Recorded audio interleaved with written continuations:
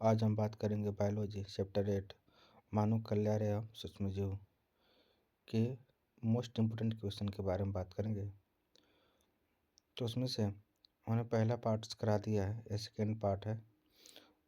तो बायोगैस क्या है और बायोगैस संयंत्र का चित्र की सहायता से वर्णन कीजिए। यह प्रश्न वेरी इम्पोर्टेंट है और इसके 100% आने का चांस है।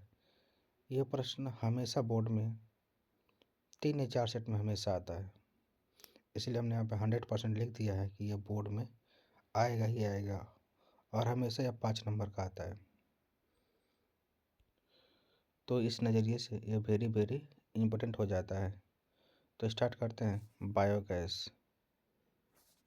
तो बायोगैस विभिन्न प्रकार की गैसों का एक मिश्रण होता है, जिसमें मुख्यतः मीथेन गैस जो 50 से 70% तक होता है, उसमें कार्बन डाइऑक्साइड होती है 30 से 40% तक, और अन्य गैस है हाइड्रोजन, नाइट्रोजन, एथिलीन आदि उसमें शामिल होते हैं सब। और ये गैस मानव और पशुओं के मल मूत्र व गोबर से तैयार की जाती है, इसीलिए इसे गोबर गैस भी कहते हैं। और इसमें मेथोनेक्सटीरियम नामक जीवाणु पाया जाता है। यहाँ से एमसीक्यू में प्रश्न बनता है कि मेथेनोबैक्टीरियम नामक जीवाणु किस में पाया जाता है, तो आपको बताना होगा बायोगैस में। आगे गोबर गैस संयंत्र में निम्नलिखित भाग होते हैं, जैसे कि गोबर पानी टैंक होता है, गैस होल्डर होता है, डाइजेस्टर टैंक होता है और स्लग टैंक होता है। तो ये चारों गोबर गैस में होते हैं सब। ये जहाँ पे फिगर लिखा है, यहाँ पे आपको फिगर को बनाना है। तो समझते हैं फिगर को। तो फिगर में आपको दिखा होगा, यहाँ पे लिखा होगा मिक्सिंग टैंक इन्फ्लुएंट। तो इस वाले टैंक में हम लोग क्या करते हैं, गोबर को और पानी को डालकर इसमें सेक करते मिलाते हैं, और मिलाने के बाद इस पाइपलाइन के माध्यम से डाइजेस्टर टैंक में भेज देते हैं। और डाइजेस्टर टैंक में वह 3 से 4 महीने तक सड़ता है, गलता है, और गलने के बाद जो गैस होता है गैस होल्डर टैंक में एकत्रित हो जाता है, जिसमें मीथेन गैस होती है, कार्बन डाइऑक्साइड होती है, नाइट्रोजन होती है, ऑक्सीजन होती है, एथिलीन होता है, सब गैस इसमें एकत्रित हो जाते हैं सब। और यही गैस इस पाइपलाइन के माध्यम से हम लोग बाहर निकाल लेते हैं। इसमें लिखा है बायोगैस आउटलेट, इसे हम बाहर निकाल लेते हैं और इसका उपयोग हम लोग ईंधन के रूप में करते हैं।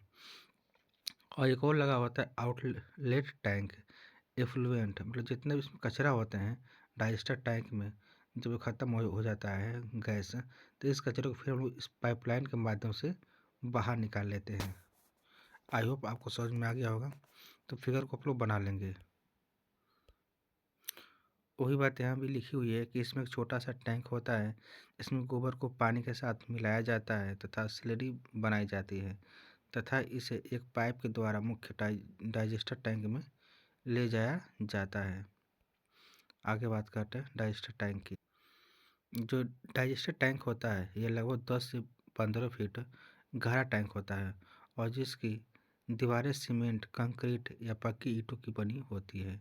इसमें स्लरी को इकट्ठा किया जाता है, मतलब हमने जो बताया अभी गोबर और पानी से बनाते हैं, उसको इस डाइजेस्टर में इकट्ठा कर लिया जाता है, और यहीं पर जीवाणुओं के द्वारा गोबर का अपघटन कराया जाता है, और जिससे बायोगैस उत्पन्न होती है। और इसमें एक गैस होल्डर लगा होता है, तथा इस होल्डर में एक पाइप लगी होती है, जिससे आसपास के घरों में गैस पहुंचाई जाती है।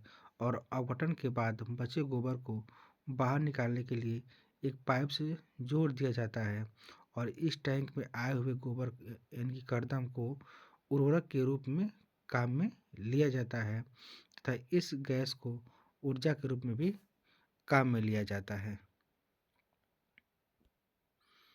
आई होप आपको समझ में आ रहा होगा। अब समझते इसके फ़ायदे क्या क्या हैं बायोगैस के। तो पहला फ़ायदा यह है कि इसे आसानी से संग्रहित किया जा सकता है, मतलब कहीं भी लगवाया जा सकता है, क्योंकि गाँव में गोबर प्रचुर मात्रा में आपको मिल जाएगा, इसीलिए इसे आसानी से लगाया जा सकता है। दूसरा फ़ायदा यह है, इससे भोजन पकाने, रोशनी करने व अन्य मशीनों में ऊर्जा के स्रोत के रूप में भी प्रयोग में लिया जा सकता है। तीसरा, कि इससे बने उत्पाद को उर्वरक के रूप में काम में लिया जाता है और इससे प्रदूषण नहीं होता है। तो इसके हो गए बायोगैस के फायदे। तो प्रश्न अगर 5 नंबर में आता है तो आपको यहाँ तक लिखना होगा फिगर सहित। नेक्स्ट हम बात करेंगे जैव उर्वरक या जैविक खाद क्या है और कृषि में इनका महत्व लिखिए। ये भी प्रश्न वेरी वेरी इंपॉर्टेंट है और इसके भी 100% आने के चांस है। हमने पहले ही बता दिया है इस वीडियो में जितने भी प्रश्न हैं वो सारे इंपॉर्टेंट क्वेश्चन ही हैं। तो स्टार्ट करते हैं कि जैविक खाद या जैव उर्वरक किसे कहते हैं।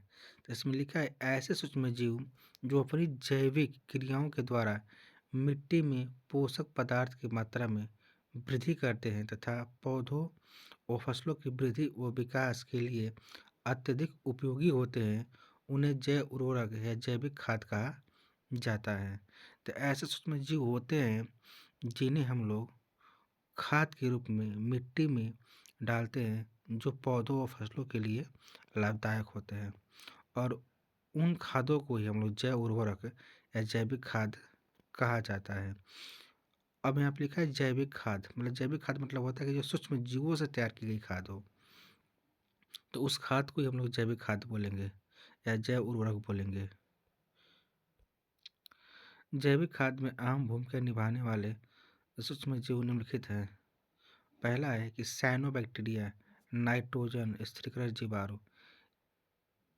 ये जीवाणु मिट्टी में स्वतंत्र रूप से रहते हैं तथा नाइट्रोजन का स्थिरीकरण करते हैं जो पौधों के लिए एक उर्वरक तरह प्रयोग में लाई जाती है, जैसे एजोबैक्टर, नाइट्रोबैक्टर, नाइट्रोसोमनास आदि। तो ये जो बैक्टीरिया होती हैं ये मिट्टी में स्वतंत्र रूप से रहती हैं सब, और उनका हम लोग निम्न प्रकार से उपयोग में लाते हैं, जैसे कि एजोबैक्टर, नाइट्रोबैक्टर, नाइट्रोसोमल आदि।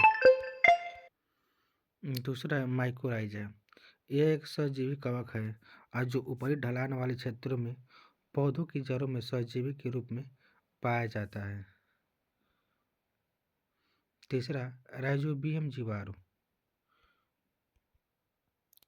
यह एक सहजीवी जीवाणु है जो वायुमंडलीय नाइट्रोजन को स्थिरीकृत करके कार्बन अणु में रूपांतरित कर देता है और जिसे पौधे पोषक के रूप में उपयोग करते हैं। चौथा इसमें है नील हरित शैवाल, जिसे बोलते हैं साइनोबैक्टीरिया। यह बैक्टीरिया वायुमंडल में मुक्त नाइट्रोजन को नाइट्रेट में बदल करके मिट्टी की उर्वरता को बढ़ा देते हैं और एक खेत में भरे पानी में तेजी से वृद्धि करके मिट्टी की उर्वरता को बढ़ा देते हैं, जैसे कि एनाबीना हो गया, नॉनस्टॉक हो गया और साइनोबैक्टीरिया हो गया।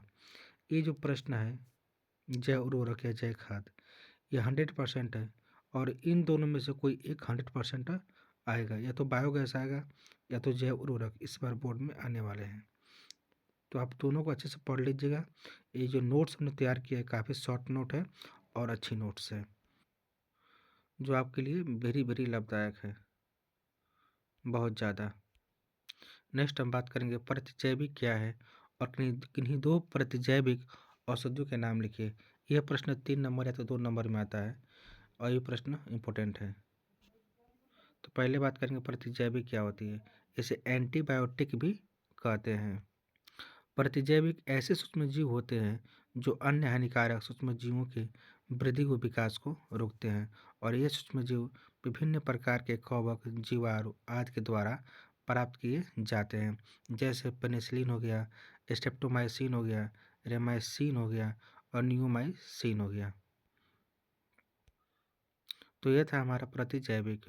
तो प्रतिजैविक ऐसे सूक्ष्मजीव होते हैं जो हानिकारक सूक्ष्मजीवों से को तैयार होने से या वृद्धि होने से रोकते हैं सब।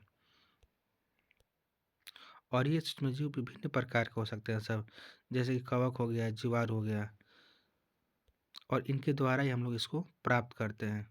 इनका नाम यहाँ पे लिखा गया है कि पेनिसिलिन हो गया, स्ट्रेप्टोमाइसिन हो गया, रेमाइसिन हो गया और नियोमाइसिन हो गया। आगे बात करते हैं कि सर्वप्रथम अलेक्जेंडर फ्लेमिंग नामक वैज्ञानिक ने पेनिसिलिन नामक प्रतिजैविक की खोज की थी? कभी कभी एक नंबर पूछ देता है कि पेनिसिलिन नामक प्रतिजैविक की खोज किसने की थी, तो उसका नाम है अलेक्जेंडर फ्लेमिंग। लास्ट प्रश्न इस चैप्टर की कि बीओडी क्या है और बीओडी का पूरा नाम लिखिए। ये भी प्रश्न लगातार 3 साल से आ रहा है। ये 22 में, 23 में, 24 में और 25 में भी 2 सेट में दिया था इस बार ये, तो 26 में इसके आने के भी चांस बढ़ जाते हैं। और ये एक छोटा टॉपिक है बीओडी। तो यह ऑक्सीजन की वह मात्रा है जो 1 लीटर जल में उपस्थित कार्बनिक पदार्थ के अपघटन के लिए आवश्यक होती है, और ये जल के नमूनों में सूक्ष्म जीवों द्वारा ऑक्सीजन उद्ग्रहण की दर को मापने की एक विधि है, और इससे जल की शुद्धता का ज्ञात किया जाता है या ज्ञान होता है कि जल कितना शुद्ध है। इस जल की मात्रा को शुद्ध की मात्रा को ज्ञात करने के लिए बीओडी का इस्तेमाल करते हैं। आप देखे होंगे गाँव में जो दूध वाला आता है उसके पास एक ऐसी मीटर होती है जो उसमें दूध की लेवल की मात्रा को ज्ञात करके कि इसमें कितना परसेंट पानी मिला हुआ है। तो कुछ इस तरह से वो भी कार्य करता है बीओडी भी। और बीओडी का पूरा नाम है बायोकेमिकल ऑक्सीजन डिमांड। तो इस तरह से आपका चैप्टर यहाँ पर समाप्त होता है। आई होप आपको समझ में आया होगा। अगर समझ में आया हो तो वीडियो को लाइक सब्सक्राइब कर देना, और आप लोग इसको कंप्लीट नोट्स बनाकर अच्छे से तैयार कर लीजिएगा, क्योंकि हमने पहले बता दिया है कि इस चैप्टर में से कम हर बार एक लॉन्ग में और एक शॉर्ट में आएगा क्वेश्चन, और हमेशा आता है 7 नंबर या 8 नंबर का क्वेश्चन इसमें से आता है। Thank you.